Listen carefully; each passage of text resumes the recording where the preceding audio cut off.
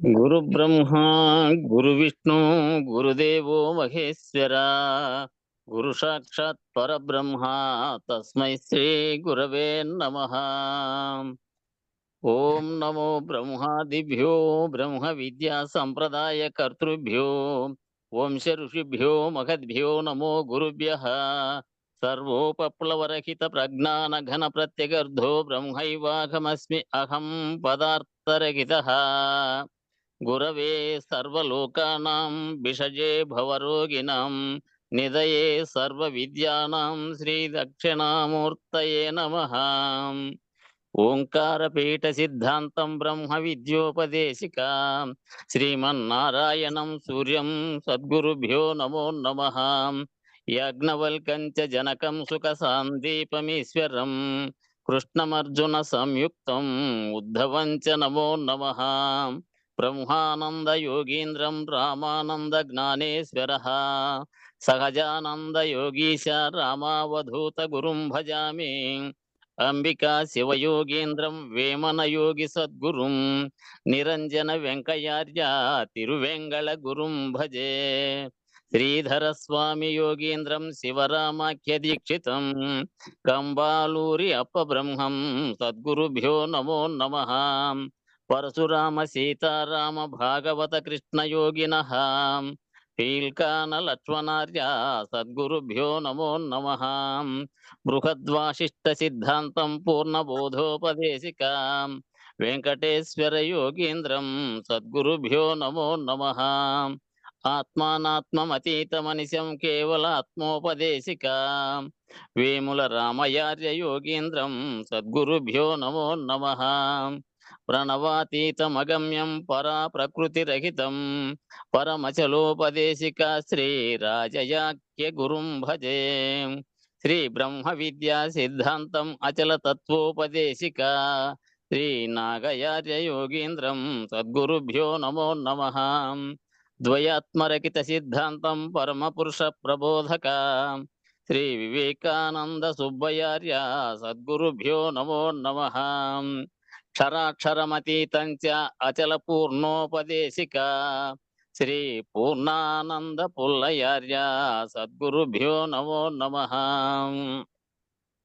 అస్మద్గురు సమారంభం కృష్ణ సాందీప మధ్యమం ఓంకారపీఠ పర్యంతం వందే గురు పరంపరం. జై సద్గురు ప్రభు మహారాజుకు జై.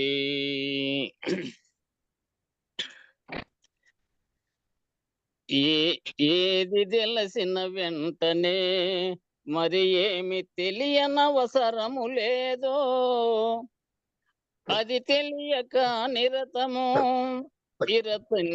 ఇతరమును తెలిసిన ఫలితమేమి.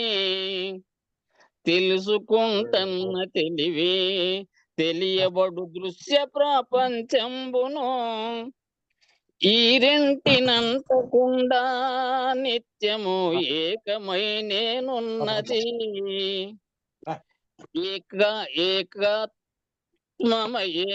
ఏకాత్మయైన నేను విద్యలకు ఆవలిదని తెలిసిన తక్షణం జ్ఞానములు లోపించును. జ్ఞానం అంటే జ్ఞానంబులు కానిదే నిజమైన జ్ఞానమగును. ఈ ద్వంద్వముల నెరిగడి జ్ఞానము నిజమైన జ్ఞానమగునా. నిరపేక్షకంబైనది నిత్యము సత్యము శాశ్వతంబు సాపేక్షకంబైనది నిజమైన జ్ఞానమా కాదు కాదు. సాపేక్షకం ద్వంద్వము ఇది కార్యకారణం వయుండును. ద్వంద్వరహితం వైనదే శూన్యాతీతమై పరిపూర్ణము. ఇది తప్ప ఏమి లేదు పరిశుద్ధమైనట్టి ఏకాత్మలో. రెండవది లేదు లేదు అట్లని శూన్యమా కాదు కాదు. ఏకం సత్విప్రా బహుదా వదంతి. మెల్ల కన్నుడు చూసిన రెండవ చంద్రుడు సత్యమగునా. ఏకైక సత్యంబునే పెద్దలు పలు రకాలుగా చెప్పిరి. ఒక్కడే సూర్యుడైనా రెండు నిండు కుండలలో వేరు వేరై కనిపించిన రీతిగా ఈ జగతి రూపనామంబులాయే. బంగార మేకమైన ఎన్నెన్నో రీతులా కనిపించును. బంగారమునకు వేరై ఆభరణమునికి కలిగి ఉండగలదా. నేను నీడయ నీవును వారిని ఎరిగేది నీవే కదా. నేను నీవు వారనే ముగ్గురి కల్పన నీవుగాదా. ప్రథమ పురుషాను వారును మధ్యమ పురుషము ఇరువురొకటే. ఈ ద్వంద్వమే ఎరుకగా జగతి అను నాటకము చక్రంబునుగా. చక్రమంటే కాలమే నాటకము చక్రంబులోనిదేగా. చక్రపాణియే నువ్వుగా చక్రాతీతుడే శ్రీరమణుడు. జై సద్గురు ప్రభు మహారాజుకు జై. గురు పరంపరముకు జై. జై గురు. జై గురు.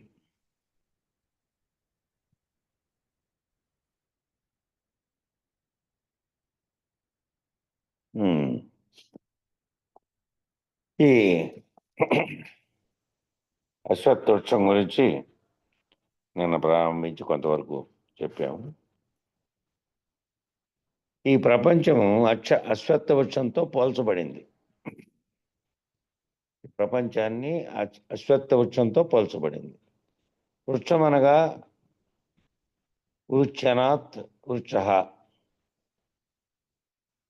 నరకబడింది అని అర్థం.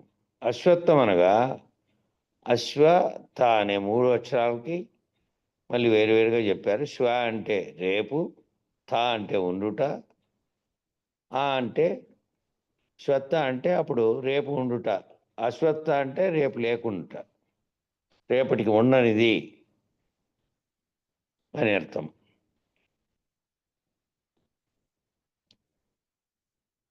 రేపటికి ఉండనిది అని అర్థం. ఈ ప్రపంచము క్షణక్షణము మారుతూ నశించిపోవున్నది కాబట్టి అశ్వత్థముతో పోల్చిది.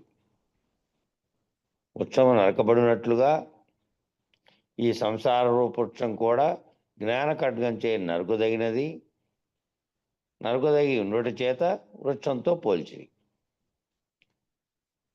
మరియు ప్రపంచం నశించు స్వభావం కలదైనను ప్రవాహ రూపమున సనాతనముగా ఉండుట చేత విశాలమై ఎక్కువ కాలం జీవించు అశ్వత్థ వృక్షంతో పోల్చింది. ప్రపంచము నశించే స్వభావం కలదైనప్పటికీ కూడా ఒక ప్రవాహము నిరంతరము కొంత నీరు పోతుంటే పాత నీరు పోతుంటే కొత్త నీరు వస్తూ ఉన్నట్టుగా నిరంతరము సనాతనంగా ఉండటి చేత విశాలమై ఎక్కువ కాలం జీవించే అశ్వత్థ వృక్షంతో పోల్చింది. చెట్టునకు అన్ని భాగాలలోనూ వేరు ముఖ్యమైనది. చెట్టుకు ముఖ్యమైనది ఏంటంటే అన్ని భాగాల్లోనూ వేరే ముఖ్యమైనది. మనకు కదా ఊపిరి ఏ విధంగా ప్రాణవాయువు అత్యంత ముఖ్యంగా అది పీల్చుకుంటున్నారో అట్లా దానికి కూడా కారణమైనది ఆత్మగా చెప్పబడింది జీవునికి. ఎందుకంటే ఆ చర్య జరగడానికి కూడా అంశ లోపలికి బయటికి నడవడానికి కూడా కారణమైంది ఆత్మ అని చెప్పారు. దాని ప్రకాశం చేతనే ఇది కూడా ఒక శరీరంలో జరిగే చర్య కాబట్టి వీటన్నిటికీ కారణమైనటువంటి ప్రకాశాన్ని కలగజేసేది అది. అట్లాగే అశ్వత్థ వృక్షముతో ఎందుకు పోల్చారంటే దానికి అన్ని భాగాల్లోనూ అన్నిటికంటే వృక్షముతో ముఖ్యమైనది ఏంటంటే వేరు. వేరు భూమి నుండి నీటిని ఆహారంగా తీసుకుని తక్కిన వృక్ష భాగములకు అందించున్నది. చెట్టు జీవించడానికి ఆహారం ముఖ్యం కనుక అట్టి ఆహారం వేరు ద్వారా లభించడం చేత మూలమునేమో ఊర్ధ్వమనిది. ఊర్ధ్వమనగా పైన అని అర్థం, అయినా శ్రేష్టము అనే అర్థంలో కూడా వాడబడింది. ప్రపంచ వృక్షమునకు మూలము ఊర్ధ్వం అనగా తద్విష్ణు పరమం పదం. ఆ విష్ణు పదము మరియు పంచభూతములు, అహంకారము, మహత్తు, అవ్యక్తము అనునవి ఒకదానికన్నా మరి ఒకటి సూక్ష్మము, వ్యాపకత్వము కలిగి ఉన్నాయి. ఒకదానికంటే మరి ఒకటి. అవ్యక్తము కన్నా బ్రహ్మము సూక్ష్మాతి సూక్ష్మము. అవ్యక్తం కంటే కూడా బ్రహ్మం సూక్ష్మాతి సూక్ష్మం, సర్వవ్యాపి అయి ఉన్నది. అట్టి సర్వవ్యాపి అయినటువంటి ఆ పరబ్రహ్మం నుండి ఈ ప్రపంచము దృష్టిని పొందుతున్నది, పుష్టిని పొందుతున్నది. అట్టి సర్వవ్యాపి అయినటువంటి ఆ పరబ్రహ్మం నుండి ఈ ప్రపంచం పుష్టిని పొందుతున్నది. అందుచే దీని మూలమును ఊర్ధమని, దీని మూలము పైన ఉందని ఊర్ధమని అన్నారు.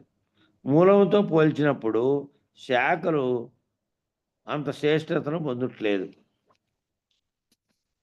కాబట్టి అధశాఖ అని దాని శాఖలు దేవ మానవ పశుపక్షాదులు ఊర్ధముగా ఉన్న బ్రహ్మంతో పోల్చినప్పుడు అధమంగా ఉండడం చేత కూడా అధశాఖ అని.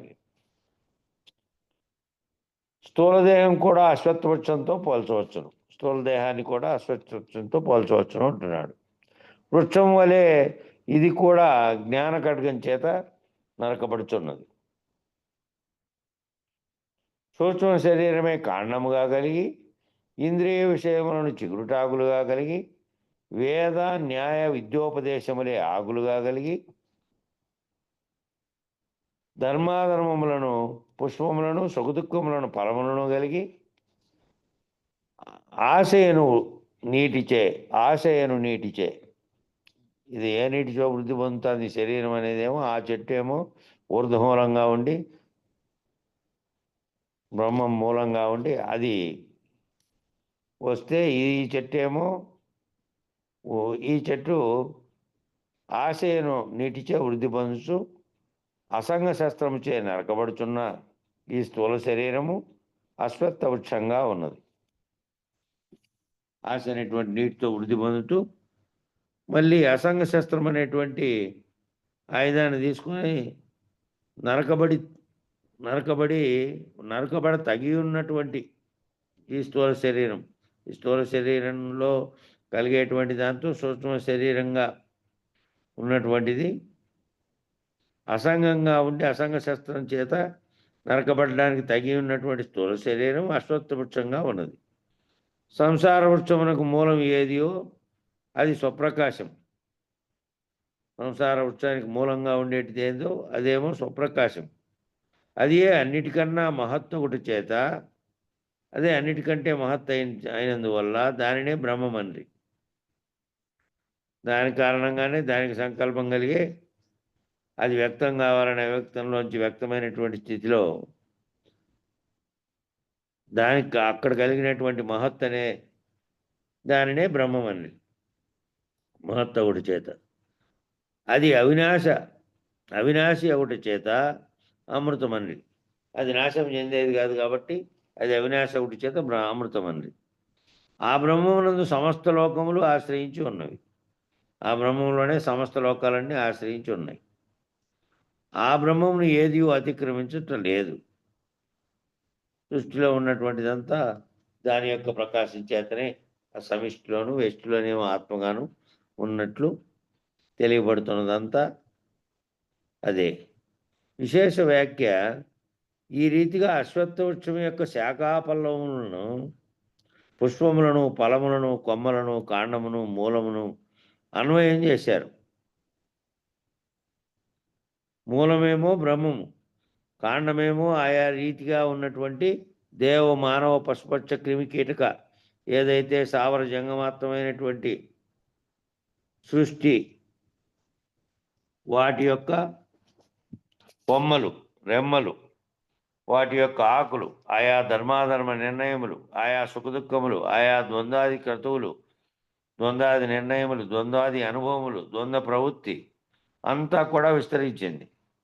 పుష్పములు, ఫలములు, ఆయా విజ్ఞానము, ఆయా అజ్ఞానము, ఆయా భ్రాంతులు అన్నీ కూడా వ్యాపించినాయి దాంట్లో. అయితే అన్నిటికీ ముఖ్యమైనది, అన్నిటికంటే ముఖ్యమైనది ఆశాలత. ఆశ అనేటువంటి తీగ. ఇదంతా దేని చేత పోషింపబడుతోంది అంటే ఆశ అనే నీటి వలన పోషించబడుతోంది. ఇదంతా కూడా ఆశ అనే నీటి వలన పోషించబడుతోంది. ఆశ అనే ఇది లేకపోతే ఏ విధమైనటువంటి వ్యామోహం పొందడానికి కానీ అవకాశం లేదు, అవసరం లేదు. అప్పుడు ఈ దేనిపైననే వ్యామోహం లభించిన దానితోనే ఉండేటటువంటి తత్వం ఏర్పడుతుంది. ఆశ ప్రత్యేకంగా ఆశ వలననే అన్నిటి మోహానికి కారణమవుతుంది. అందుకని మోహమునకు పాదు ఏమిటంటే, దేని పట్లైనా భ్రాంతి చెందడానికి పాదు ఏమిటంటే ఆశ. ఎప్పుడైతే ఆశ అనేటువంటి నీరు పడుతూ ఉందో ఆ వృక్షం వృద్ధి చెందుతూ ఉంటుంది. ఈ ఆశ అనేటువంటి నీటిని విరమింపజేసినట్లయితే, పోయకుండా ఉన్నట్లయితే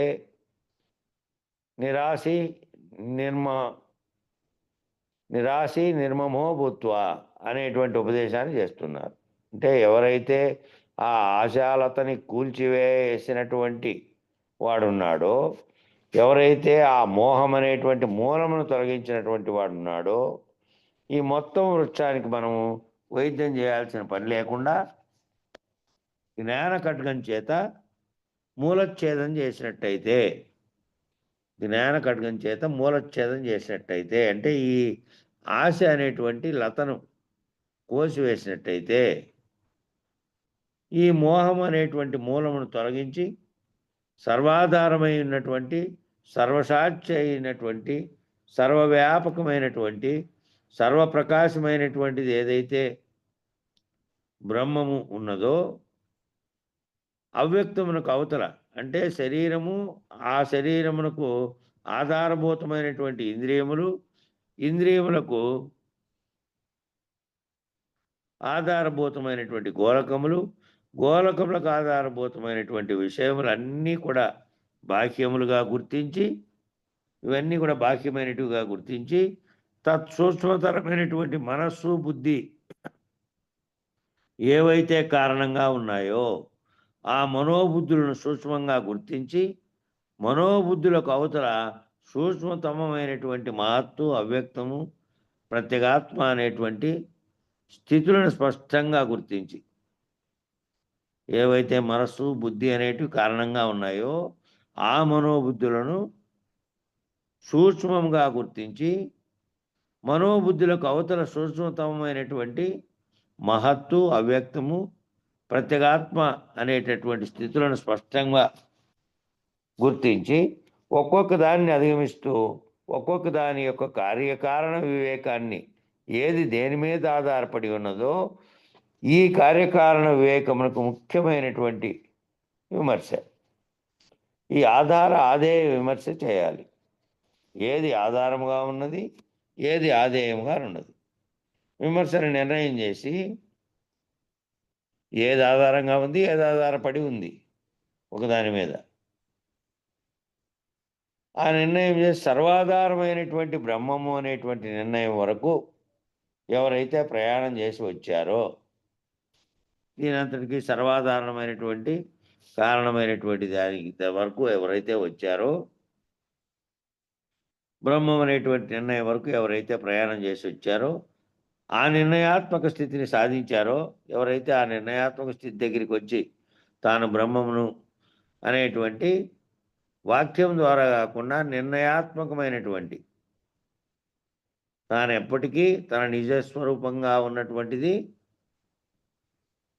కనపడే నామరూపాత్మకమైనటువంటిది కాకుండా అసలైనటువంటి కారణంగా ఉన్నటువంటి దాని స్థితి వరకు విచారణ జరుపుకుంటూ పోయి తానే బ్రహ్మం అనేటువంటి నిర్ణయాత్మక స్థితికి ఎవరైతే సాధించారో, అన్నిటికీ ఆధారం బ్రహ్మమే కాబట్టి సర్వత్రా ఉన్నది బ్రహ్మమే, ఈ అనేకత్వంగా వ్యాపించిన సృష్టి లేనిదని, ఇది మిథ్యాభూతమని కేవలము తోచబడుతున్నదని, లేనిదే తోచబడుతున్నటువంటి మిథ్యాభూతం వంటిదని, రేపటికి ఉండదని, రేపటికి ఉండున్నది కాదని, అనగా క్షణభంగురమని నిర్ణయించారు.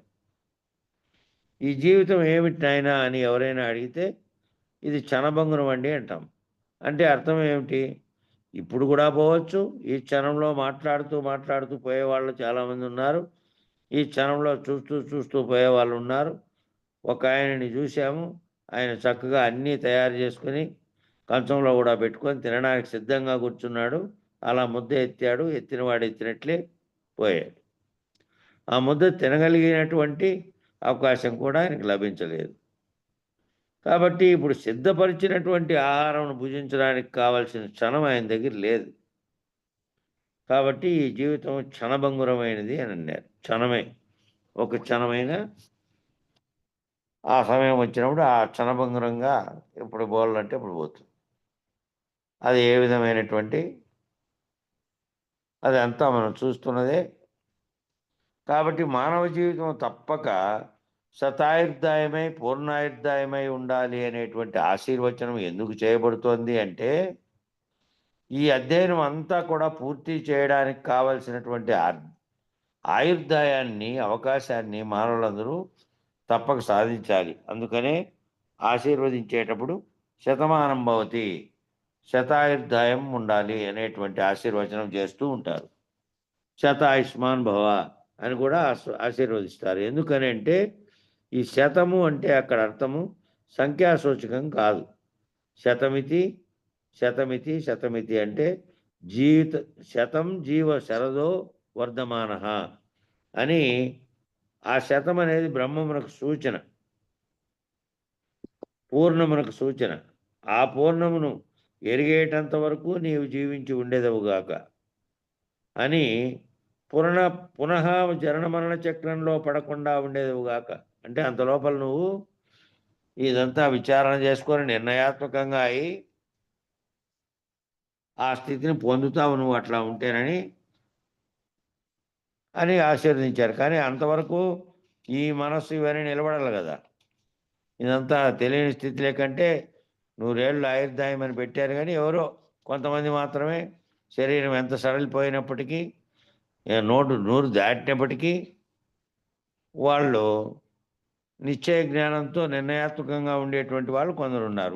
వాళ్ళకి ఇంకా ఆ స్థితిని పొందగలుగుతారు. ఇంకా మిగిలిన వాళ్లకు ఆ ముందుగానే ఎంతో కొంత ముందుగా గనక దీని విషయంలో మొదలుపెట్టింటే తప్ప ఆఖరిలో అట్లా శతమానం భవతి 100 ఏళ్ళు బతికినా కూడా దాటుకోలేరు.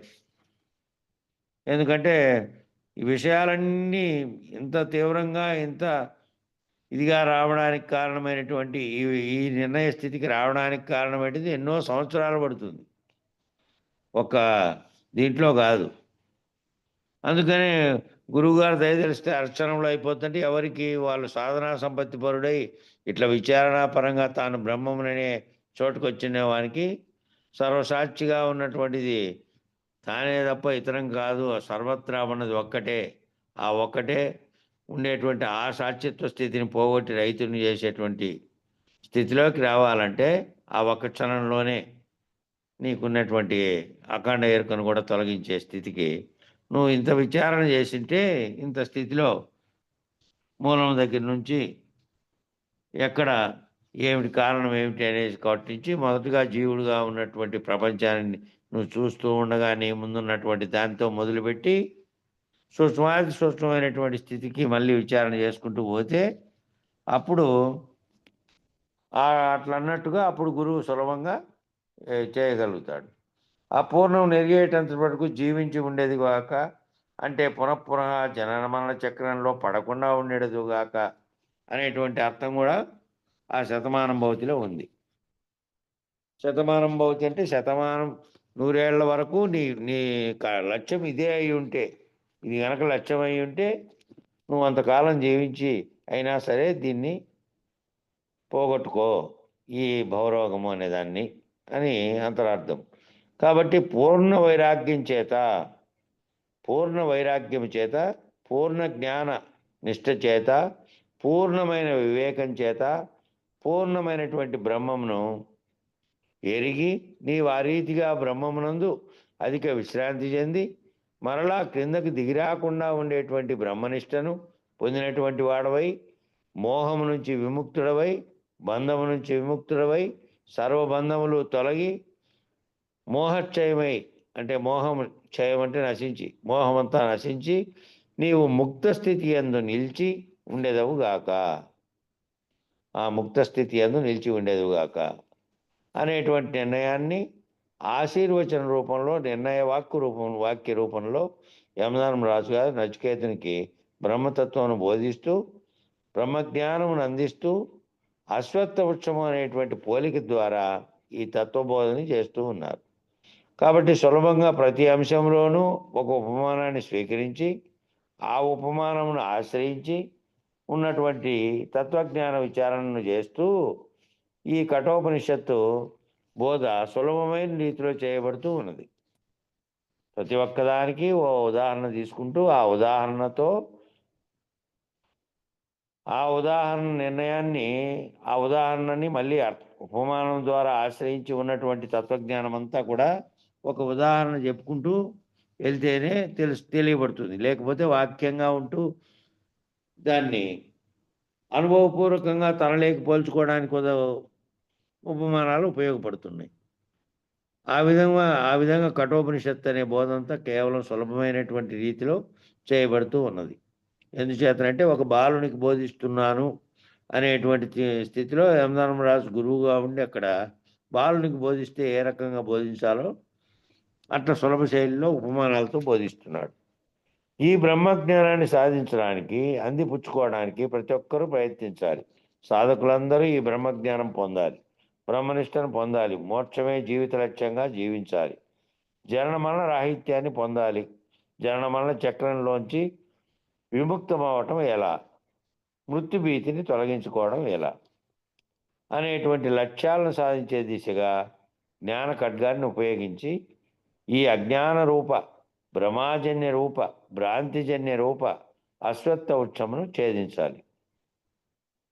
ఈ ఊర్ధ్వమూలంగా ఉండి పైన నుంచి కలిగినటువంటి ఈ అశ్వత్థ వృక్షంతో పోల్చబడినటువంటి అశ్వత్థ వృక్షానికి మూలంగా వేరుగా ఉన్నటువంటిది ఏది అంటే అవ్యక్తంగా ఉన్నటువంటి బ్రహ్మము సృష్టి కారణమైనటువంటి ఏదైతే కలిగిందో సంకల్పం అదే మహత్తుగా మాదంకారంగా పరిణమించి సకల సృష్టికి కారణమైనది ఏదైతే ఉందో దాని వేరుగా ఉన్నటువంటి దాన్ని ఈ దేని చేత అని చెప్తే ఈ లక్ష్యాలను పెట్టుకొని ఈ లక్ష్యం చేత లక్ష్యం దిశగా జనన మరణ రాహిత్యాన్ని పొందేటువంటి లక్ష్యం దిశగా జ్ఞాన ఖడ్గాన్ని ఉపయోగించి ఈ అజ్ఞాన రూపకంగా మనలో కలుగుతున్నటువంటి భ్రమాజన్య రూపమైనటువంటి భ్రమచేత చూస్తున్నటువంటి వాటన్నిటి చేత భ్రమ చెంది భ్రాంతిజన్య భ్రాంతి వల్ల అశ్వత్థ రూపమైనటువంటి ఈ అశ్వత్థ వృక్షం అనేటువంటి దాన్ని ఇదంతా కనబడుతున్నటువంటి సర్వ జగత్తు ఆ అశ్వత్థ వృక్షం అనే సంసారంతో పోల్చారు కాబట్టి ఆ సర్వ జగత్తుగా పోల్చబడినటువంటి అశ్వత్థ వృక్షం అఖండ ఎరుక చేత నిర్మించబడి అంతా విస్తరించినటువంటి దాని యొక్క మూలాన్ని ఖండించాలి. ఏమిటి చేత? జ్ఞాన ఖడ్గంతో ఖండించాలి అని చెప్తున్నాడు. ఈ అశ్వత్థ వృక్షం ఛేదించాలంటే నరుకబడినది ఏదో అదే వృక్షం కాబట్టి ఈ సృష్టి అనేటువంటి ఈ అశ్వత్థ వృక్షాన్ని బ్రహ్మజ్ఞానము అనేటువంటి జ్ఞాన ఖడ్గం చేత ఎవరైతే ఛేదిస్తారో వారు దీనికి సర్వాధారమైనటువంటి బ్రహ్మంగా మారుతారు. ఆ బ్రహ్మనిష్టను సాధిస్తారు, పొందుతారు, అదే అయి ఉంటారు. అదే ఆ మూలమైన ఇది 4 మహావాక్యాల్లో చెప్పినటువంటి ఆ స్థితిని పొంది అదే అయి ఉంటారు వాళ్ళు. యదిదం కించ జగత్ సర్వం ప్రాణ ఏజతి విస్తృతం మహృదయం వజ్రమద్యతం ఏతద్ విదురమృతాస్తే భవంతి. ఓ నచికేతుడా, బ్రహ్మాది స్థావరాంతము తాత్పర్యం ఏమిటంటే పైన చెప్పే శ్లోకానికి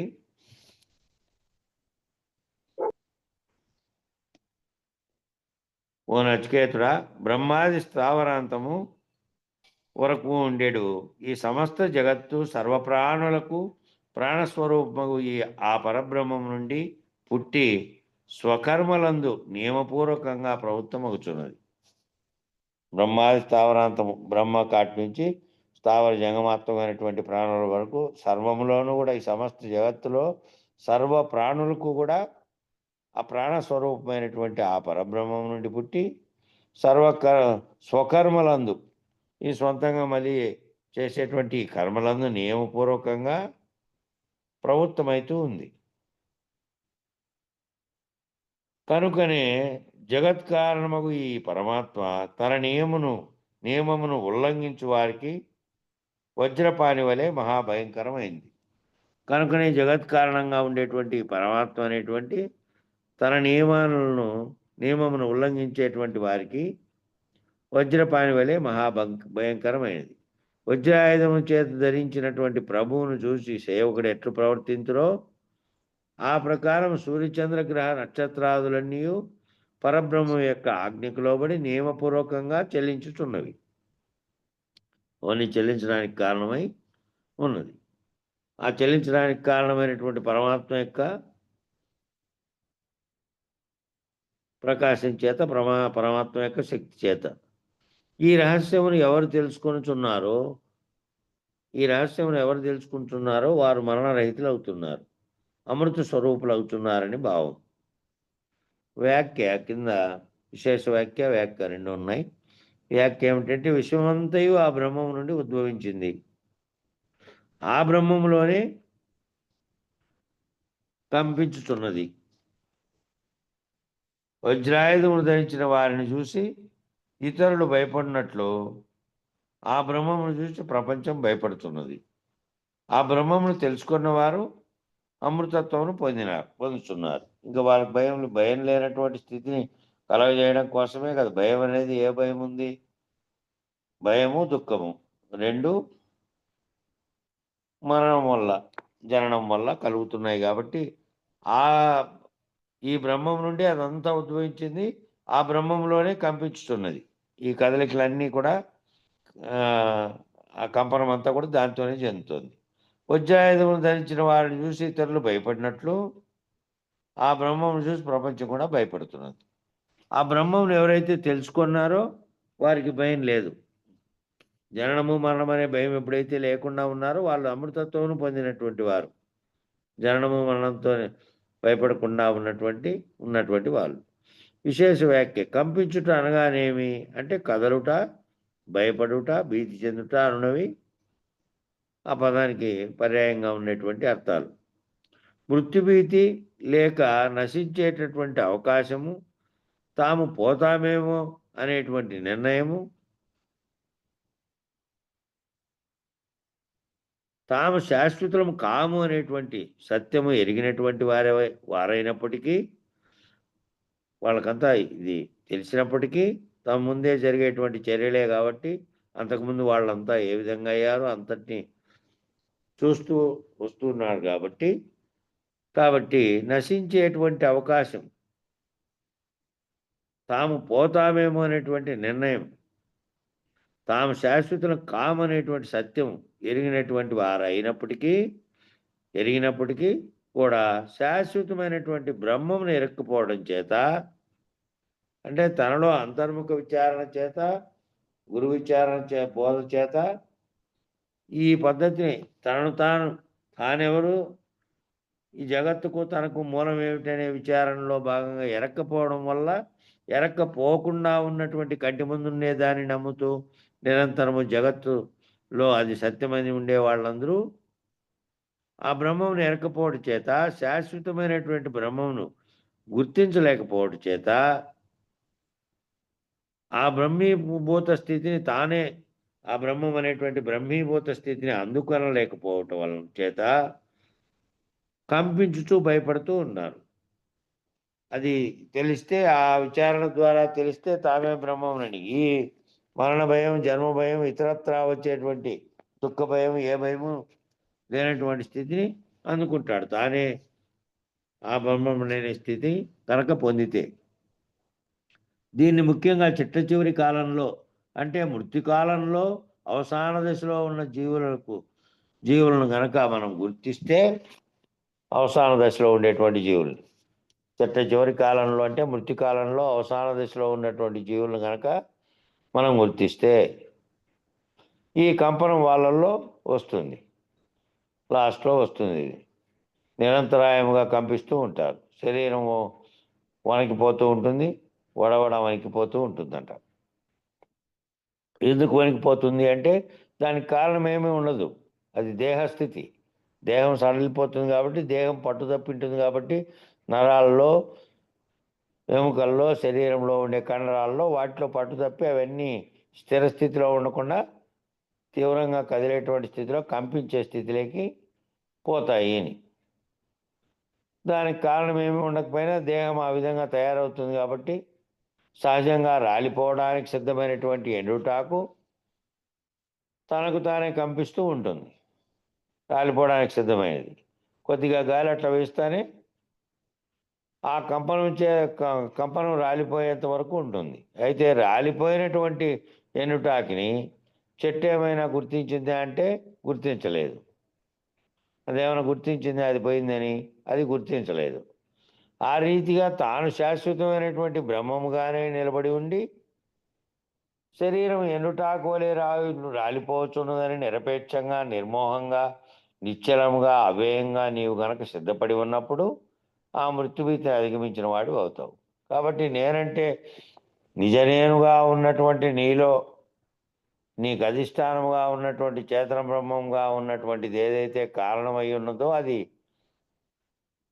దానిని గుర్తించి గనక నువ్వు అది శాశ్వతంగా ఈ దేహాలను ధరించుకుంటూ అనేకము దానిలను ఇట్లా విడుచుకుంటూ వచ్చింది, అనేక శరీరాలని మార్చుకుంటూ వచ్చింది, అనేక జన్మల్లో అనేకమైనటువంటి స్థావర జంగమాల కాటి నుంచి మానవ జన్మ వరకు అనేకమైనటువంటి ఏదైనా పొంది ఉండవచ్చు.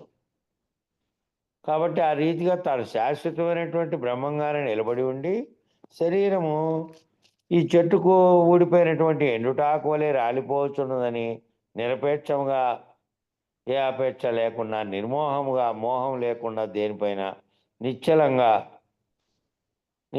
అంటే నిర్ణయాత్మకంగా ఇంకా కదలిక లేనటువంటి స్థితిలో, అవ్యయంగా అంటే వ్యయము లేనటువంటి స్థితిలో కనుక నీవు కనుక నిలబడి ఉంటే, సిద్ధపడి ఉన్నప్పుడు నువ్వు ఆ విధంగా సిద్ధపడి ఉంటే ఆ మృత్యుభీతిని కూడా అధిగమించిన వాడిని అవుతావు. ఆ మృత్యుభీతి కూడా లేదు. ఎందుకంటే జనన మరణాలు రెండూ లేకుండానే ఈ ఇప్పుడు ఉన్నట్టుగా తోచబడుతున్నటువంటి దాంట్లో శరీరం అనే దాన్ని కల్పించుకొని వచ్చినటువంటిది తోచబడుతూ ఉన్నది, నిజానికి అనడు పుట్టనే లేదనే భావన, పరిపూర్ణ భావాన్ని పొందినవారు, ఆ గురువు చేత ఉపదేశం పొందినవారు ఆ స్థితిని కలిగి ఉన్నారు. కాబట్టి తాము పుట్టాము, కలిగాము, చేశాము, నిర్వహించాము, ఇవన్నీ వ్యవహారం చేశాము, సర్వత్రా జరుగుతున్నటువంటివన్నీ కూడా మరి ఉన్నాయి కదా, దానికి జబ్బులు ఉన్నాయి, దానికి కదలికలు ఉన్నాయి, ఇవన్నీ వ్యవహారంలో అనుభవిస్తున్నట్టుగా ఉన్నావు కదా, వాటన్నిటికీ గాయాలు ఉన్నాయి, అన్నీ ఉన్నాయి, దుఃఖము సర్వద్వందంలో ఉన్నాయి. అయితే కళలో సర్వద్వందంలో ఉండి సమస్తము కూడా మళ్ళీ కళలోంచి బయటకు వస్తానే అవన్నీ ఉన్నాయా? అవన్నీ గాయాలు కానీ అవన్నీ కలిగినటువంటివన్నీ లేకుండా ఏ విధంగా ఉన్నాయో అట్లా ఈ సృష్టి వ్యాపకం, ఈ సృష్టిలో జరుగుతున్నటువంటి వాటిన్నిటిని అవి కూడా కళ వంటివేనని వాటిని అధిగమించి ఉంటాడు. కాబట్టి జనన భయము, మరణ భయం రెండిటికి అతీతంగా ఉంటాడు. అటువంటి అశరీరుడైనటువంటి వాడు సర్వాధిష్టానమైనటువంటి బ్రహ్మమునందు సమస్త సృష్టి కూడా వ్యాపకం చెందుటకు ఏ కంపనం ద్వారా చైతన్యమైందో యొక్క ఆధారంగా, కంపనం ద్వారా చైతన్యం యొక్క ఆధారముగా వ్యాపకమై చలనశీలమైందో, దేని ద్వారా ఈ కదలిక అనేది కలిగిందో, ఏ చైతన్యం యొక్క ఆధారంగా వ్యాపకమైందో, చలనశీలమైందో, నిరంతరము చలించేదానిగా అయిందో, ఆ చలనశీలమైనటువంటి సృష్టి అంతా కూడా, ఆ ఎప్పుడు కూడా కదలికలతో కూడినటువంటి సృష్టి అంతా కూడా మహాప్రళయ కాలంలో మరలా బ్రహ్మంలోకే ఇమిడిపోవచ్చున్నది. మహాప్రళయ కాలం వచ్చినప్పుడు మరలా బ్రహ్మంలోకే ఇమిడిపోతూ ఉన్నది. దాని అందే తిరోధానమగుచున్నది. ఎక్కడి నుంచి పుట్టిందో అక్కడికే మళ్ళీ తిరోధానం అవుతున్నది. దాని అందే మరలా అనుగ్రహం అగుచున్నది. కాబట్టి సృష్టి స్థితి లయ విస్తీర్ణ ఆకర్షణలు అనేటివి 5 క్రియలు. ఈ 5 క్రియలు సృష్టి స్థితి లయ విస్తీర్ణం ఆకర్షణ అనేటువంటి 5 క్రియలు, పంచశక్తులు, పంచబీజములు, పంచ తన్మాత్రలు, పంచబ్రహ్మలు ఏ బ్రహ్మము నుంచి ఉద్భవిస్తూ ఉన్నాయో, ఏ బ్రహ్మం ఆధారంగా వ్యక్తమవుతూ ఉన్నాయో, వ్యాపకమవుతూ ఉన్నాయో, ఈ అనంత సృష్టి చేయబడుచున్నదో అట్టి సర్వ సృష్టి కూడా మహాప్రళయ కాలమందు అట్టి బ్రహ్మమునందే లీనమగుచున్నది. ఈ చెప్పినటువంటివి 5 రకాలైనటువంటి సృష్టి స్థితి లయ విస్తీర్ణ ఆకర్షణలు అనేటువంటి 5 క్రియలు, అంటే 5 పనులు, 5 చర్యలు ఏ విధంగా జరుగుతున్నాయంటే పంచశక్తుల వల్ల, మళ్ళా పంచబీజములు అనేటువంటి పంచ తన్మాత్రల వల్ల, పంచబ్రహ్మలు ఏ బ్రహ్మం నుంచి ఉద్భవిస్తూ ఉన్నాయో ఆ పంచబ్రహ్మలు కూడా 5 రకాల పనులు నిర్వర్తించే ఆ పంచబ్రహ్మలు ఏ బ్రహ్మం నుంచి ఉద్భవిస్తూ ఉన్నాయో, ఏ బ్రహ్మం ఆధారంగా వ్యక్తమవుతూ ఉన్నాయో, మళ్ళీ వ్యాపకమవుతూ ఉన్నాయో, ఈ అనంత సృష్టి చేయబడుతూ ఉన్నదో, ఆ వ్యాపకత్వం ద్వారా ఈ అనంత సృష్టి అంతా చేయబడుతూ ఉన్నదో అట్టి సర్వ సృష్టి కూడా మహాప్రళయ కాలంలో, మహాప్రళయం అంటే మొత్తం సమిష్టిగా ఉన్నటువంటి సర్వ జగత్తు, అందులో భాగంగానే నువ్వు కూడా ఉన్నావు. మహాప్రళయం జరిగినప్పుడు అది ఇది అంతా పోతుంది ఒకేసారి. అట్లా ఏ ప్రళయ కాలంలో ఇదంతా ఈ అనంత సృష్టి అంతా కూడా ఏ ప్రళయ కాలంలో పోతుందో, ఎక్కడి నుంచి వచ్చిందో అక్కడికే ప్రళయకాలం ముందు అట్టి బ్రహ్మమునందే లీనమవుతున్నవి, దాంట్లోనే లీనమైపోతున్నాయి. కానీ బ్రహ్మమునందు ఎట్టి పరిణామము ఏర్పడట్లేదు. ఈ పరిణామం అంతా బ్రహ్మమునందు ఏర్పడట్లేదు. బ్రహ్మం ఎప్పుడు పూర్ణమే. సృష్టి వ్యక్తమైనను దానిలో ఏ మార్పు లేదు. సృష్టి పోషించబడినను ఏ మార్పు రాదు. సృష్టి మరలా తన మూలమందు లయమైపోయినను, లీనమైపోయినను ఏ మార్పు రాదు. కాబట్టి బ్రహ్మము పూర్ణము. అట్టి పూర్ణత్వము ఎరిగిన వాడెవడో వారు అమృతత్వమును పొందినటువంటి వారు. ఈ అమృత స్థితిని సాధించడమే సాధకుల యొక్క లక్షణం. సాధకులు ఏ విధంగా దాన్ని అంతా విచారణతోనే జ్ఞానం పొందడం వల్లనే, ఈ సర్వభ్రాంతులను తొలగించుకుంటూ పోవడం వల్లనే ఆ సాధకులు ఆ అమృతత్వ స్థితిని సాధించాలి. అంటే ఆ స్థితికి పూర్ణత్వాన్ని ఎరిగిన వారు కాబట్టి అట్టి బ్రహ్మము పూర్ణమును, అట్టి పూర్ణత్వం ఎరిగిన వారు ఎవరైతే ఉన్నారో వాళ్ళు అమృతత్వం పొందినటువంటి వారు. ఆ స్థితిని సాధించడమే సాధకుని యొక్క ముఖ్యమైన లక్షణం. కాబట్టి దానికి వ్యాఖ్య చెప్పారు. అంతకుముందు ప్రపంచం యొక్క మూలము బ్రహ్మంలోనే ఉన్నట్టు చెప్పబడినది. అంతకుముందు ఏమో ప్రపంచం యొక్క మూలం అంతా బ్రహ్మంలో ఉన్నట్టు చెప్పబడింది.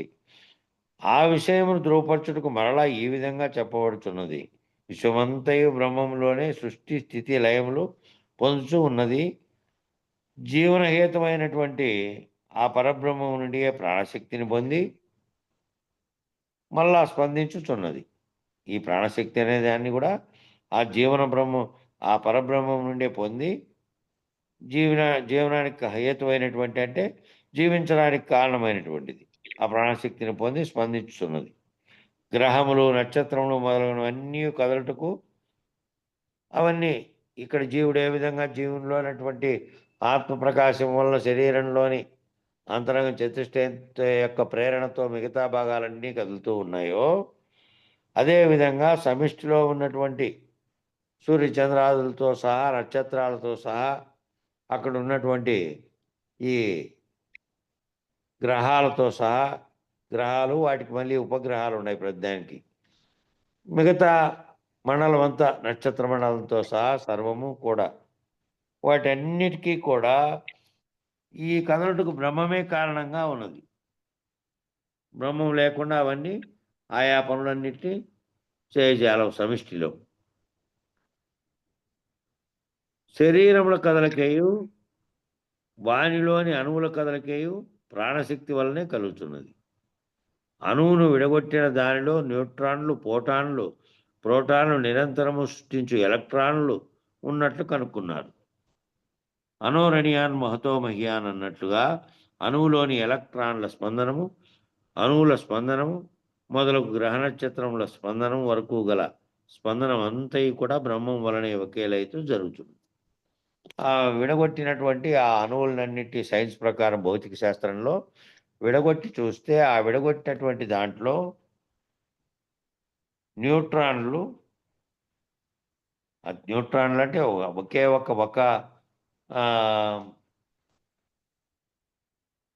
ఒక అణువుతో ఉన్నటువంటివి ప్రోటానులు అనేకంగా కూడినటువంటి వాటి యొక్క కలయికతో ఏర్పడినటువంటివి నిరంతరము స్పందించేటువంటి ఎలక్ట్రాన్లు అంటే కంటికి కనపడకుండానే శక్తిని కలిగి ఉండేటువంటివి.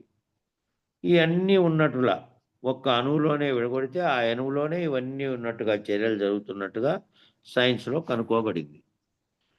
అంటే అనోరణీయాన్ మహతో మహియాన్ అనేటువంటి చెప్పబడినటువంటి ఈ సృష్టి కారణంగా చెప్పబడేటువంటి ఆ వాక్యంలో అణువులోని ఎలక్ట్రాన్ల స్పందనము ఒక అణువు అంటే అణువు అనే దాన్ని ఇట్లా బిందువులాగో ఇంకో దానిలాగో లేకపోతే ఒక చుక్క పెట్టి ఆ చుక్కలాగో చెప్పడానికి లేదు. కంటికి కనిపించకుండా ఉన్నటువంటి సూక్ష్మాతి సూక్ష్మమైనటువంటి అణువు అనేది అతి సూక్ష్మమైనటువంటిది అనమాట. దాన్ని వీటన్నిటిని అణువులోని దాంతోనే అనోరణీయాన్ మహతోమయాన్ అన్నట్టుగా అణువులోని ఎలక్ట్రాన్ల స్పందనము, శక్తి అంటే ఎలక్ట్రాన్ల స్పందనం అంటే శక్తి యొక్క స్పందనము, అణువుల యొక్క స్పందనము మొదలగు నక్షత్రముల యొక్క ఇవన్నిటి గ్రహ నక్షత్రముల స్పందనము వరకు కలిగినటువంటి స్పందనంతా కూడా బ్రహ్మము వలనే ఒకే లయతో జరుగుతున్నది. వేదాంత పద్ధతిలో చూస్తేనేమో ఈ అనోరణీయాన్ మహతో మహ్యాన్గా దీంట్లో ఉన్నటువంటి మహత్తులో కలిగినటువంటి దాంట్లో నుంచి మొత్తం ఈ అన్నీ కూడా బ్రహ్మం వలనే ఒకే లయతోనే జరుగుతున్నాయి. అణువులోకి ఉండేటువంటి ఎలక్ట్రాన్ల యొక్క శక్తి స్పందనము, అణువుల స్పందనము, మళ్ళీ వాటి కలయిక చేత మిగిలినటువంటి గ్రహ నక్షత్రముల మొత్తం అన్నిటి యొక్క స్పందనం కూడా దీని బ్రహ్మము చేతనే ఒకే లయతో జరుగుతున్నది అనేది దాదాపుగా సైన్స్ వాళ్ళు నిర్ధారించినటువంటి అంశాలకు సరిపోతూ ఉంది. కాబట్టి ప్రపంచ లయం కూడా బ్రహ్మంలోనే జరుగుతున్నది. ప్రపంచం లయం చెందేది కూడా అదే విధంగా బ్రహ్మంలోనే జరుగుతుంది. అచలమైన బ్రహ్మము నందే చలనశీలమైన ప్రకృతి ఉద్భవించింది. అచలమైన బ్రహ్మమునందే చలనశీలమైనటువంటి దానికి సంబంధం లేకపోయకుండా అదేం కారణం కాకపోయినప్పటికీ అచలమైన బ్రహ్మము కారణమే కాదు కాబట్టి అది బయలు స్వరూపంలో దేనిని కూడా దాంట్లో ఆకర్షణ వికర్షణ విస్తీర్ణం అనేటువంటిది ఏదీ లేకపోయినప్పటికీ అది సర్వవ్యాపితమైంది కాబట్టి దానికి వేరుగా ఏమీ ఇది ఏర్పడలేదు. దాంట్లోనే ఇది ఏర్పడి ఉంది. అచలమైనటువంటి బ్రహ్మమునందే చలనశీలమైనటువంటి ప్రకృతి అంతా ఉద్భవించింది. ఒక దివిటీని వెలిగించి దానిని ఒకే కేంద్రం నుండి గిరగిరా తిప్పినచో నిప్పు చక్రం వలె మనకు కనిపిస్తున్నది. దివిటీ కొన నిరంతరము గిరగిరా తిరిగినప్పుడే చక్రం కనిపిస్తున్నది. ఏ కేంద్రం నుండి తిరుగుతున్నదో ఆ కేంద్రం స్థిరంగా ఉన్నది. చలనము లేని స్థిరమైనటువంటి ఆధారం ఉన్నప్పుడే చలనంతో కూడిన దివిటి చక్రము ఏర్పడటకు కారణముగా ఉన్నది. అచలమైనటువంటి బ్రహ్మం వలనే విశ్వమునకు చలన శక్తి లభించినది. ఆ బ్రహ్మం ఊరికే ఉంది, ఆ బ్రహ్మమే కదలట్లే. నిజానికి కదులుతున్నటువంటి చలనశీలమైనటువంటి ఒక దివిటీని పట్టుకున్నటువంటి స్థానము అదంతా అట్లే ఉంటే ఈ తిరగడం వల్ల ఇది చుట్టూ కనుక తిరిగితే దాని యొక్క మంట తిరుగుతున్నట్టుగా ఏ విధంగా కనపడుతుందో ఇది కదులుతున్నటువంటిది ఇది ఉంటే ఈ కదులుతున్నటువంటిది ఒకే కేంద్రంలో అది ఉన్నా కానీ ఇది తిప్పినచో చక్రం వలె తిరుగుతుంది. దివిటి కొన నిరంతరం గబగబా గిరగిరా తిరిగినప్పుడే చక్రం కనిపిస్తుంది. ఏ కేంద్రం నుండి తిరుగుతుందో ఆ కేంద్రం స్థిరంగా ఉంది. దానిలో జరుగుతున్నప్పటికీ ఆ కేంద్రం స్థిరంగా ఉంది. అట్లే చలనం లేనటువంటి స్థిరమైనటువంటి ఆధారం ఉన్నప్పుడే చలనంతో కూడినటువంటి దివిటీ చక్రం ఏర్పడటకు కారణంగా ఉంటుంది. చలనం లేకుండా స్థిరంగా ఉన్నటువంటి దాంట్లోనే చలనశీలమైనది తిరుగుతూ ఉన్నప్పటికీ అది కారణమేమీ కాదు. చలనంతో కూడిన దివిటీ చక్రం ఏర్పడ్డ కారణముగా అది ఉన్నది అక్కడ తిరిగేది. అచలమైన బ్రహ్మం వలనే విశ్వమునకు అచలంగా ఉన్నది. ఆ చలించేది అది కారణంగా ఉన్నది. శక్తి మాత్రం అక్కడ లభించిందని చెప్తున్నాడు కానీ కారణంగా ఉన్నది అది దాని కారణంగా లేదది. అచలమైనటువంటి బ్రహ్మం వలనే విశ్వమునకు చలన శక్తి లభించింది ఇస్తున్నాడు. అచలంగా ఉన్నది, చలించే స్థితిలో ఏమీ లేదు, దాంట్లో ఏ కారణము లేదు, కానీ దాని వలనే దాంట్లోనే ఇది జరుగుతోంది. విశేష వ్యాఖ్య ఇచ్చారు ఇక్కడ. ఈ గొప్ప సూత్రాన్ని ఇందులో వివరించే ప్రయత్నం చేస్తున్నారు. భ్రమేనాహం భ్రమేనోహం భ్రమైతి సర్వస్వం అఖిలం జగత్. అంటే అర్థం ఏమిటంటే, ఉదాహరణకి ఇవాళ వైజ్ఞానిక శాస్త్రం కూడా విష్ణునాభి అనేటువంటి దానిని నిర్వచించే ప్రయత్నం చేస్తున్నది. ఆ విష్ణునాభి అనే దాంట్లో నుంచి పుట్టుకొచ్చినటువంటి దాంట్లో బ్రహ్మం పుట్టాడని, ఆ బ్రహ్మం సకల సృష్టి చేశాడని మామూలుగా ఉన్నటువంటి పురాణాల్లోనూ వేదాల్లోనూ ఉన్నటువంటి అంశం. అయితే ఆ అంశాన్ని సైన్స్ కూడా నిర్వచించే ప్రయత్నం చేస్తుంది. ఈ గొప్ప సూత్రాన్ని ఇందులో వివరించే ప్రయత్నం ఎట్లా చేస్తున్నా అంటే, భ్రమేణాహం భ్రమేనోహం భ్రమైతి సర్వస్వం అఖిలం జగత్. ఈ భ్రమ వల్లనే సర్వము పుడుతోంది, ఈ అఖిల జగత్తు అంతా కూడా భ్రమ వల్లనే తోస్తోంది అనేటువంటిది.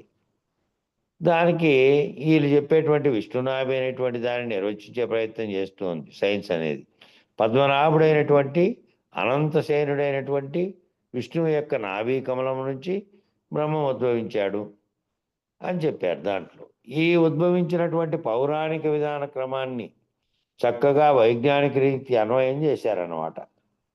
ఆ ఉద్భవించినటువంటి పౌరాణికంగా చెప్పినటువంటి పురాణాల్లో చెప్పినటువంటి ఆ నాభి నుంచి, విష్ణువు యొక్క నాభి నుంచి బ్రహ్మం ఉద్భవించాడని చెప్పినటువంటి విషయాన్ని, ఆ పౌరాణిక విధాన క్రమాన్ని చక్కగా ఏం చేశారంటే వైజ్ఞానిక రీతికి అన్వయం చేశారు. అంటే సైన్స్ పరంగా జరుగుతున్నటువంటి ఈ పరిశోధకులు, శాస్త్రవేత్తలు దీనికి అన్వయం, వైజ్ఞానిక పరంగా దాన్ని అన్వయం చేసే ప్రయత్నం చేశారంట. ప్రతి గెలాక్సీకి, ప్రతి పాలపుంతకి, ప్రతి విశ్వ ఆధార కేంద్రానికి కూడా ఆయా గ్రహ నక్షత్ర మండలాలన్నీ గిరగిరా తిరుగుతూ ఉన్నటువంటి దివిటీ చక్రం వలె తిరుగుతూ ఉన్నాయి. కానీ నాభిస్థానమైనటువంటి విష్ణునాభి ఏదైతే ఉందో అది ఘనమైనటువంటి కృష్ణబిలం ఏదైతే ఉందో అది తిరగడం లేదు. మళ్ళీ సైన్స్ ప్రకారంగా ఏమిటంటే, ఏదైతే కృష్ణబిలము అని చెప్పినటువంటి సర్వ విశ్వము దాంట్లోకి పూర్తి లీనమైపోగల అంత పెద్దగా ఉన్నటువంటి కృష్ణబిలము అనేటువంటి ఆ కృష్ణబిలం ఏదైతే ఉందో అదేమో తిరగకుండా స్థిరంగా ఉంది. అది దాని చుట్టూ ఏవైతే తిరుగుతున్నాయో ప్రతి గెలాక్సీ అంటే అదే దాని తెలుగులో పాలపుంత అని అంటారు, మిల్కీవే అని రాత్రిపూట స్పష్టంగా చూడాలంటే ఏ వెలుతురు లేని సమయంలో దారిగా కనపడుతుంది. అలాంటి గెలాక్సీలు అంటే కోట్లాది నక్షత్రాలతో కూడినటువంటి పాలపుంతలు. అట్లా ప్రతి గెలాక్సీకి, ప్రతి పాలపుంతకి, ప్రతి విశ్వ ఆధార కేంద్రానికి కూడా, ఏ విశ్వమైనా ఆ ప్రతి విశ్వము యొక్క దాని యొక్క ఆధార కేంద్రానికి కూడా ఆయా గ్రహ నక్షత్ర మండలాలన్నీ గిరగిరా తిరుగుతున్నటువంటి దివిటీ చక్రం వల్లే తిరుగుతున్నాయి. ఇవన్నీ తిరుగుతాయి, చుట్టూ ఉన్నటువంటివన్నీ తిరుగుతున్నాయి. అందులో నుంచి ఉద్భవించే శక్తి యొక్క అయస్కాంత తత్వం వలన దానివల్ల అవన్నీ తిరుగుతూ ఉంటే, కానీ నాభిస్థానమైనటువంటి విష్ణునాభి ఏదైతే ఉందో అది మనం కృష్ణబిలంగా పిలుచుకుంటున్నాము, అది తిరగడం లేదు, అది స్థిరంగా ఉంది. ఈ తిరుగుతూ ఉన్నటువంటి అనేక కోట్ల నక్షత్ర మండలాలన్నీ కూడా ఏ ఆధార కేంద్రం చుట్టూ అయితే తిరుగుతూ ఉన్నాయో ఏదో ఒక కాలానికి అవి మరలా ఆ ఆధార కేంద్రంలోనే కలిసిపోతూ ఉన్నాయి, ఆ కృష్ణబిలంలోనే లయం అయిపోతూ ఉన్నాయి. ఈ జగత్తుగా చెప్పబడుతున్నటువంటి సర్వము నక్షత్ర మండలాలతో సహా ఆ కేంద్రంలోనే కలిసిపోతున్నాయి. ఆ ఆధార కేంద్రం నుంచే మళ్ళా ఉత్పన్నమైనవి. ఉత్పన్నం కూడా ఆ ఆధార కేంద్రంలోంచినే ఉత్పన్నమైనవి. మరలా ఆ ఆధార కేంద్రంలోనే కలిసిపోయినాయి. కాబట్టి తిరుగుతూ ఉన్నటువంటి దివిటీ చక్రము, అచలముగా ఉన్నటువంటి ఆధార స్థానము ఆధారముగానే తిరుగుతూ ఉంది. అదేమి చేయనప్పటికీ, అది ఆధార చక్రంగా ఉన్నప్పటికీ, అది దాంట్లో ఎట్టి కదలికలు లేకుండా ఉన్నప్పటికీ, అది అచలముగా చలించకుండా ఉన్నప్పటికీ, ఆధార స్థానం అలాగే ఉంటే తిరుగుతున్నది ఏంటి అంటే దాని చుట్టూ ఆవరించి ఉన్న సర్వము తిరుగుతూ ఉన్నాయి, కదలికలు జరుగుతూ ఉన్నాయి. కదలికలన్నీ ఆగిపోయి మళ్ళీ అందులోకి లీనమవుతూ ఉన్నాయి. కాబట్టి దీని ఆధారంగానే ఇవన్నీ తిరుగుతూ ఉన్నాయి. కాబట్టి సర్వభ్రమలకు కారణమైనటువంటిది ఏమిటి? అన్ని కదలికలు కారణభూతమైనటువంటి బ్రహ్మము అచలము. కాబట్టి సర్వభ్రమలకు, ఆ భ్రమలు కలగడానికి కారణమైనటువంటి బ్రహ్మము అచలముగా ఉన్నది.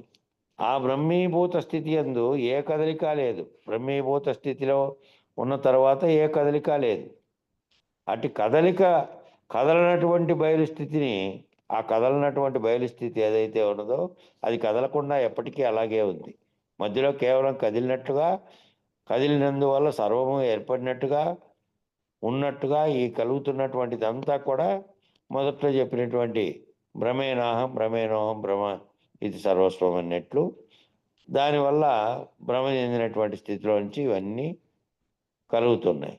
ఆ కదులుతున్నటువంటి స్థితిలో నుంచి బయలుస్థితిని గుర్తించే స్థితికి మానవులందరూ చేరుకోవాలి. అది జన్మరాహిత్య స్థితి. అటువంటి జన్మరాహిత్య స్థితి ఏదైతే కదలకుండా ఉన్నదో ఆ కదలకుండా ఉన్నది కదలకుండానే ఉన్నది. మిగిలినంతా కేవలం భ్రమాజన్యమైనది, భ్రాంతిజన్యమైనది, కదలికలు జరుగుతున్నట్టుగా తోచబడుతున్నది. కాబట్టి దీనిని ఆ మానవులందరూ ఆ స్థితికి చేరుకోవాలి. అదే జన్మరాహిత్య స్థితి. అటువంటి జన్మరాహిత్యమైనటువంటి బ్రహ్మీభూత స్థితిలో అచల బ్రహ్మమును ఎరిగినటువంటి, బయలును దర్శించినటువంటి, స్థిరముగా ఉన్నటువంటి వారు మరలా పుట్టరు. అది జన్మరాహిత్య స్థితికి చేరుకునేటువంటి విచారణ ఆ స్థితికి పోయిన తర్వాత తాము బ్రహ్మీభూత స్థితిలో ఉండి, కదలికలన్నీ తమలో లేకుండా ఆగిపోయినటువంటి స్థితిలో ఉండి, జన్మరాహిత్యమైనటువంటి బ్రహ్మీభూత స్థితిలో ఉండి అచల బ్రహ్మమును ఎరిగి, ఆ కదలిక లేనటువంటి బయలుగా ఉన్నటువంటి ఆ బయలును దర్శించినటువంటి, బయలు అంటే బయలు అంటేనే ఖాళీగా ఉన్నటువంటి ప్రదేశము అనే అర్థం వస్తుంది. కాబట్టి దాన్ని దర్శించడం అంటే భావములో ఈ సమస్త సృష్టి వ్యక్తంగా కనబడుతున్నది గనక, వ్యక్తం కాకుండా ఉన్నప్పుడు అవ్యక్తం కూడా లేనప్పుడు ఏ విధమైనటువంటి స్థితి మాత్రమే ఉన్నదో ఏమీ లేకుండా ఉన్నటువంటి ఆ బయలును దర్శించినటువంటి, అట్లా స్థిరంగా ఉన్నటువంటి, మళ్ళీ కదలిక ఆస్కారం లేనటువంటి స్థితిలో ఎవరైతే నిలబడిపోయినారో, మళ్ళీ కదలిక చెందేటువంటి స్థితికి రాకుండా ఎవరైతే స్థిరముగా బయలును దర్శించి అక్కడ నిలిచిపోయారో వారు మరలా పుట్టరు. వాళ్ళు ఇంకా మరలా పుట్టే కారణమైనటువంటిది లేదు. పుట్టేది లేదు కాబట్టి, పుట్టేది లేకపోతే మళ్ళా పోయేది కూడా లేదు అటువంటి వారికి. కాబట్టి ఇక ఈ పేరకాడికి నిలబడదాం. వీటికి సరిపోయింది. ఇంకంతా బయలుదేరండి తొందరగా అక్కడికి పోయేవాళ్ళు కార్యక్రమాలు ముగించుకొని. మంగళం చెప్పండి. మంగళం చెప్పన్నా. మంగళము మంగళంబో మహనీయ గురునికి మంగళంబో సర్వులు చరణు కోరే సాధు స్వరూపునికి మంగళంబో. మంగళం గురుదేవాయ మహనీయ గుణాత్మనే సర్వలోక శరణ్యాయ సాధురూపాయ మంగళం. జై సద్గురు ప్రభు మహారాజుకు జై. శ్రీ పూర్ణానంద పుల్లయార్య సద్గురు ప్రభు మహారాజుకు జై. శ్రీ వివేకానంద బండారు సుబ్బయార్య సద్గురు ప్రభు మహారాజుకు జై. గురు పరంపరముకు జై. గురు భక్త మండలికి జై. జై గురుదేవ.